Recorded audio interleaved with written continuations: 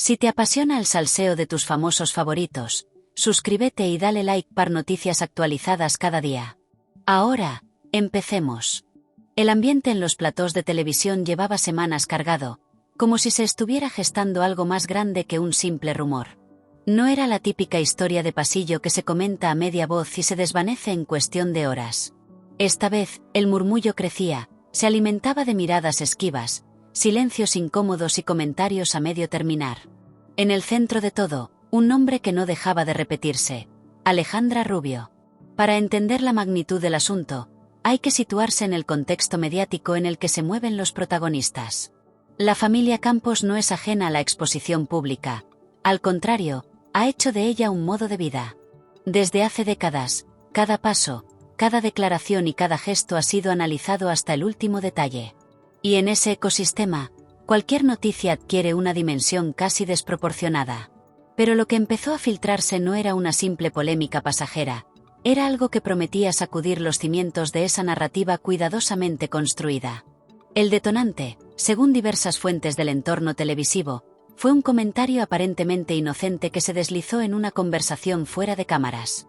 Nadie le dio demasiada importancia al principio, pero bastó que alguien lo repitiera con un ligero matiz para que la historia comenzara a mutar. Lo que en un inicio parecía una insinuación vaga empezó a tomar forma: un posible embarazo, una situación personal delicada y, lo más explosivo, la implicación directa de Terelu Campos. La conexión entre madre e hija siempre ha sido estrecha, pero también ha estado marcada por una exposición mediática constante que ha dejado poco espacio para la intimidad. Y es precisamente esa falta de barreras lo que convirtió el rumor en un auténtico fenómeno. Cada gesto de Alejandra era interpretado como una pista, cada ausencia en redes sociales como una confirmación implícita. El público, siempre ávido de detalles, comenzó a reconstruir una historia que nadie había confirmado oficialmente. En medio de todo este torbellino, apareció una figura clave: Emma García. Su programa, conocido por abordar temas de actualidad con una mezcla de cercanía y rigor, se convirtió en el escenario donde el asunto empezó a adquirir mayor visibilidad. No fue una revelación directa ni un anuncio formal, más bien, una sucesión de comentarios, análisis y debates que, poco a poco, fueron dando forma a lo que muchos ya consideraban un escándalo en toda regla. Lo curioso de la situación es cómo el humor, ese recurso tan característico de la televisión española, empezó a colarse en medio del drama. No se trataba de burlas explícitas ni de faltas de respeto, sino de ese tipo de ironía que suaviza la tensión sin restarle importancia al tema. Algún colaborador dejó caer que en esa familia las exclusivas vienen con manual de instrucciones, provocando risas contenidas en el plató. Otro añadió que si esto fuera una serie, ya iríamos por la tercera temporada y aún no sabríamos quién es el guionista. Comentarios así, aparentemente ligeros, ayudaban a digerir una situación que, en el fondo, era bastante seria. Sin embargo, detrás de las bromas y las especulaciones, había una realidad innegable.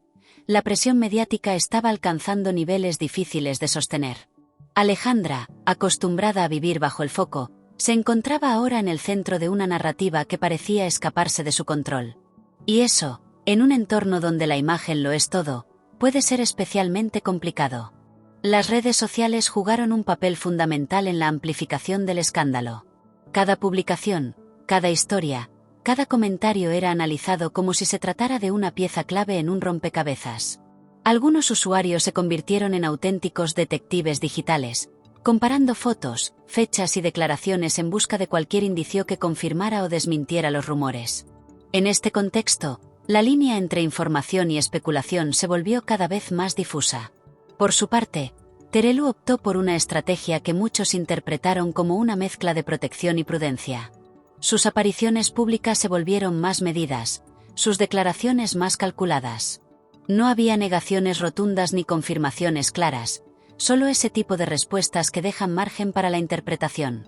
Algunos lo vieron como una forma de evitar alimentar el escándalo, otros, como una señal de que había algo que no se podía, o no se quería, decir abiertamente. En el plató de Emma García, el tema seguía generando debate. Los colaboradores, cada uno con su estilo, aportaban diferentes perspectivas.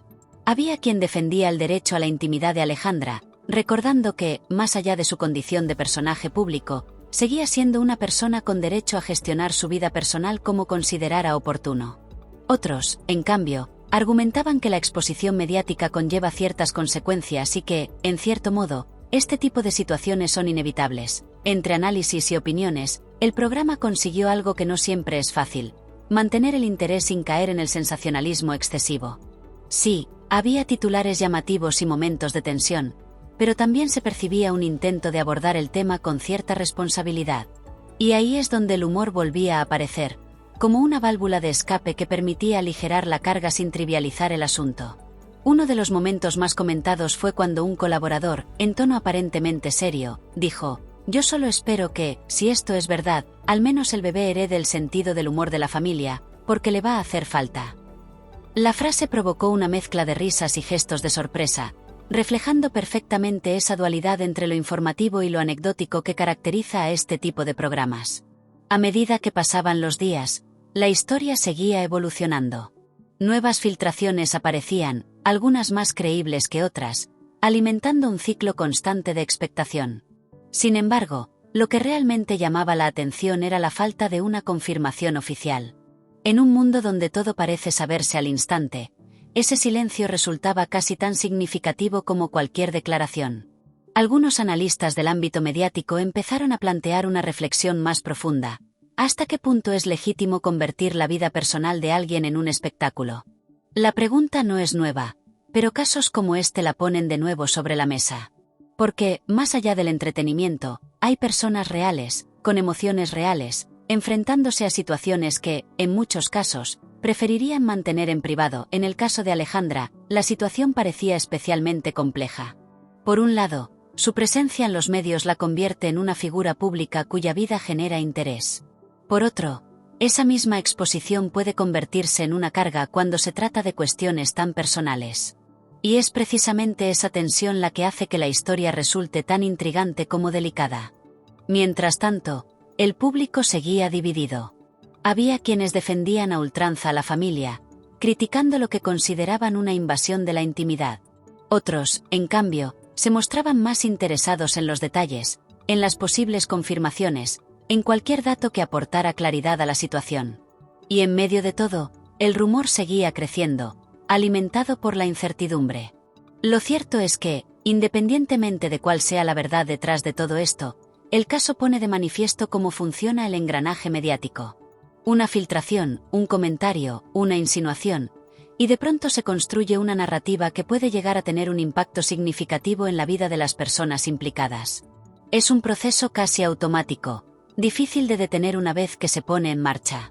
En este sentido, el papel de programas como el de Emma García resulta especialmente relevante. No solo porque sirven como altavoz de la información, sino también porque tienen la capacidad de influir en cómo se percibe esa información. Y eso implica una responsabilidad que va más allá del simple entretenimiento. A medida que la historia sigue su curso, queda por ver cómo evolucionará. ¿Habrá una confirmación oficial? ¿Se desmentirán los rumores? ¿O todo quedará en una especie de limbo mediático donde la verdad nunca llega a aclararse del todo? Sea cual sea el desenlace, lo que está claro es que el episodio ya ha dejado una huella en el panorama mediático.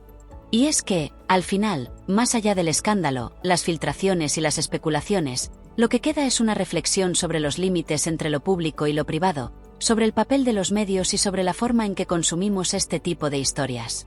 Porque sí, pueden ser entretenidas, incluso a veces divertidas en su forma de contarse, pero también nos obligan a preguntarnos hasta qué punto estamos dispuestos a convertir la vida de otros en un espectáculo continuo. Mientras tanto, la historia de Alejandra Rubio sigue siendo ese tipo de relato que combina misterio, emoción y un toque de humor involuntario. Porque si algo ha demostrado todo este proceso es que, en el mundo del espectáculo, la realidad a veces supera a la ficción, y lo hace sin necesidad de guionistas, aunque más de uno seguro que estaría encantado de firmar esta trama y sin embargo, si uno se detiene un poco más en ese punto concreto, ese instante suspendido en el que la historia parece haberse quedado en pausa, como si alguien hubiera pulsado un botón invisible, empiezan a aparecer matices que antes pasaban desapercibidos. Porque no se trata solo de lo que se ha dicho, sino de cómo se ha dicho, de quién lo ha insinuado y, sobre todo, de quién ha decidido callar. En ese silencio hay mucha más información de la que parece. No es un vacío casual ni una simple ausencia de declaraciones. Es un silencio denso, trabajado, casi estratégico. En el entorno de Alejandra Rubio, cada palabra, o cada falta de ella, se mide con precisión quirúrgica. Y eso, para quienes están acostumbrados a interpretar gestos como si fueran titulares, resulta casi irresistible. Por ejemplo, se empezó a comentar con insistencia el cambio en su lenguaje corporal en sus últimas apariciones. No es que hubiera algo evidentemente distinto, pero sí pequeñas variaciones. Una mano que se apoya más tiempo de lo habitual sobre el abdomen, una postura ligeramente más rígida, una elección de vestuario que, según algunos, parecía buscar mayor comodidad. Detalles minúsculos, sí, pero suficientes para que el engranaje de la especulación siguiera girando. Al mismo tiempo, la figura de Terelu Campos adquiría un protagonismo aún más peculiar. No tanto por lo que decía, que, como ya se ha señalado, era más bien poco, sino por la forma en que estaba presente en la conversación sin estarlo del todo. Era como ese personaje de una novela que aparece en cada capítulo sin pronunciar una sola frase, pero cuya influencia se percibe en cada decisión de los demás. En el programa de Emma García, este fenómeno se analizaba con una mezcla de curiosidad y cautela. Los colaboradores parecían caminar sobre una cuerda floja invisible, intentando aportar información sin cruzar una línea que nadie había definido del todo. Y ahí es donde el humor, ese viejo aliado de la televisión, volvía a hacer acto de presencia. Uno de los comentaristas, con ese tono entre serio y burlón que tan bien funciona en plató, dejó caer algo que resonó más de lo esperado. Aquí todo el mundo sabe algo, pero nadie sabe exactamente qué es lo que sabe. La frase provocó risas, pero también asentimientos. Porque, en el fondo, describía perfectamente la situación. Era un conocimiento fragmentado, incompleto, construido a base de piezas que no terminaban de encajar. Otro detalle que empezó a llamar la atención fue la actitud del entorno más cercano. Amigos, colaboradores habituales, incluso personas que en otras ocasiones no habían dudado en pronunciarse sobre temas similares, optaban ahora por respuestas ambiguas. No había desmentidos contundentes ni confirmaciones veladas, solo ese tipo de comentarios que parecen decir algo sin decir realmente nada. No me corresponde hablar de eso, prefiero no entrar en detalles, ya se sabrá cuando se tenga que saber, frases que, repetidas una y otra vez, acababan teniendo un efecto casi hipnótico. Y en medio de todo esto, el público, ese ente colectivo tan impredecible, seguía construyendo su propia versión de la historia.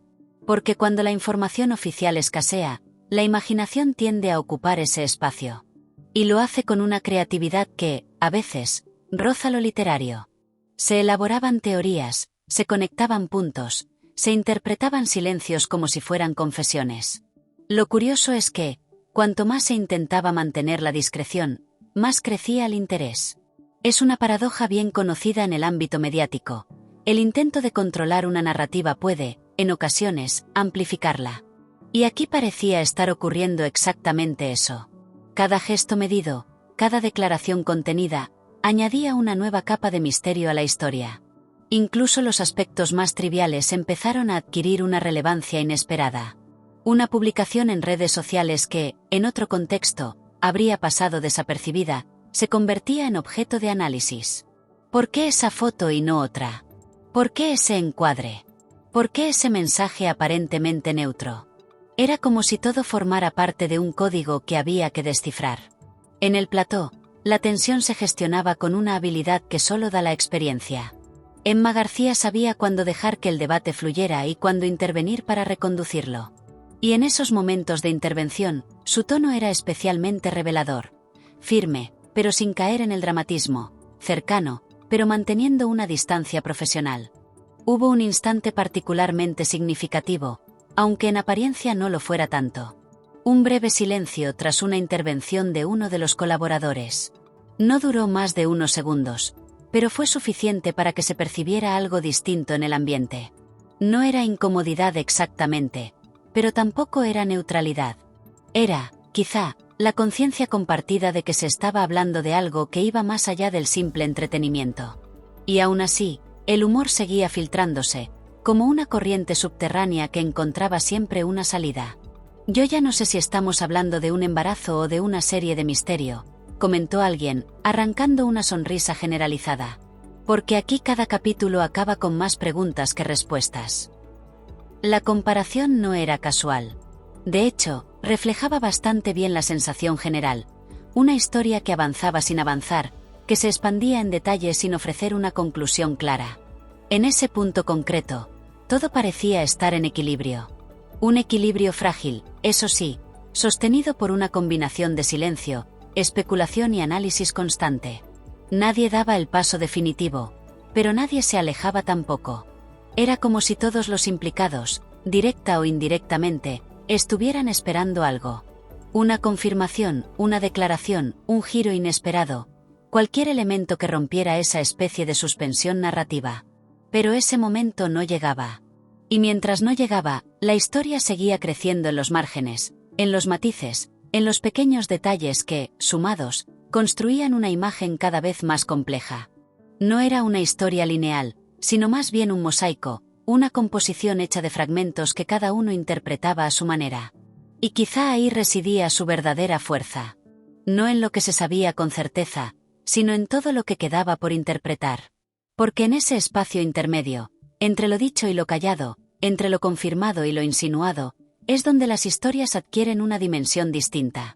Más ambigua, más abierta y, paradójicamente, mucho más atractiva para quien la observa desde fuera, y es precisamente en esa ambigüedad donde la historia parece encontrar una especie de combustible inagotable. Porque cuando no hay una verdad clara, lo que surge no es el vacío, sino una proliferación constante de interpretaciones. Cada espectador, cada colaborador, cada seguidor en redes sociales termina construyendo su propia versión de los hechos, como si se tratara de un relato colectivo que se escribe en tiempo real. En ese punto concreto, la atención empieza a desplazarse hacia aspectos aún más sutiles. Ya no se trata solo de lo que hace Alejandra Rubio, sino de cómo reaccionan los demás ante ella. Las miradas en plató, por ejemplo, comienzan a analizarse casi con lupa. Hay quien asegura haber detectado cierta complicidad en algunos gestos, como si determinadas personas supieran más de lo que están dispuestas a decir. Otros, en cambio, interpretan esas mismas miradas como simples coincidencias, fruto de la tensión del momento. Esa dualidad es constante. Nada es completamente claro, pero tampoco completamente casual. Y ahí es donde el relato se vuelve especialmente denso, casi como si cada detalle estuviera cargado de una intención que nunca termina de confirmarse. Es una sensación difícil de describir, pero muy reconocible, la de estar ante algo importante sin poder definir exactamente por qué. Mientras tanto, Terelu Campos continúa moviéndose en ese terreno tan delicado que combina presencia y discreción. Su forma de intervenir, cuando lo hace, parece cuidadosamente diseñada para no alterar el equilibrio. No hay frases contundentes ni giros dramáticos, pero sí una manera muy concreta de estar, de ocupar el espacio, que inevitablemente influye en cómo se percibe todo lo demás. En el programa de Emma García, esto se traduce en una dinámica casi coreografiada. Los tiempos, los silencios, las intervenciones, todo parece seguir un ritmo que, aunque espontáneo en apariencia, mantiene una coherencia interna muy marcada. Y dentro de ese ritmo, cada comentario adquiere un peso específico. Uno de los colaboradores, en un momento particularmente revelador, planteó una idea que, aunque envuelta en un tono ligero, tenía bastante profundidad. A veces no hace falta confirmar algo para que la gente lo dé por hecho. La frase quedó flotando en el aire unos segundos más de lo habitual, como si todos los presentes, y también quienes estaban viendo el programa, necesitaran procesarla, porque, en el fondo, eso es exactamente lo que está ocurriendo. La historia ha alcanzado un punto en el que su veracidad ya no depende exclusivamente de los hechos, sino de la percepción colectiva. Es como si el relato hubiera adquirido vida propia, independizándose de quienes lo protagonizan. Y ahí aparece otro elemento interesante: la gestión del tiempo dentro de la narrativa. Aunque, en términos reales, no haya grandes avances, la sensación es de movimiento constante. Cada pequeño detalle, cada nueva interpretación, cada matiz añadido genera la impresión de que algo está cambiando, aunque en esencia todo siga en el mismo lugar. Es un fenómeno curioso, casi paradójico. La historia se alarga sin avanzar, se expande sin resolverse. Y, sin embargo, no pierde interés. Al contrario, lo refuerza. Porque esa falta de definición mantiene la atención en un estado de alerta permanente, como si en cualquier momento pudiera producirse ese giro que todos parecen estar esperando. El humor, una vez más, actúa como un elemento regulador. No desaparece, pero tampoco domina. Se cuela en momentos concretos, aligerando la tensión sin desactivarla del todo. «Yo ya estoy esperando el tráiler oficial», bromeó alguien en plató, provocando algunas risas. «Porque esto lleva más avances que muchas películas y aún no sabemos de qué va exactamente». La comparación, aunque exagerada, no estaba tan lejos de la realidad. La historia se comporta, en muchos aspectos, como una producción narrativa cuidadosamente dosificada. Hay intriga, hay personajes definidos, hay conflicto, pero falta el desenlace. Y mientras ese desenlace no llega, todo lo demás se reorganiza en torno a la espera. En ese contexto, incluso los silencios se convierten en contenido. No son simplemente la ausencia de palabras, sino espacios cargados de significado. Un silencio después de una pregunta, un silencio antes de una respuesta, un silencio que interrumpe el ritmo habitual de la conversación. Todos ellos aportan información, aunque sea de forma indirecta. Y el espectador, consciente o no, aprende a leer esos silencios, a interpretarlos, a darle sentido, a integrarlos en su propia versión de la historia. Es un proceso casi intuitivo, pero tremendamente eficaz, porque convierte a quien observa en parte activa del relato. Mientras tanto, la figura de Alejandra Rubio sigue en el centro de todo, aunque su presencia sea, en cierto modo, difusa. No necesita estar constantemente hablando ni apareciendo para que la historia gire en torno a ella. De hecho, es precisamente esa ausencia parcial la que refuerza su protagonismo.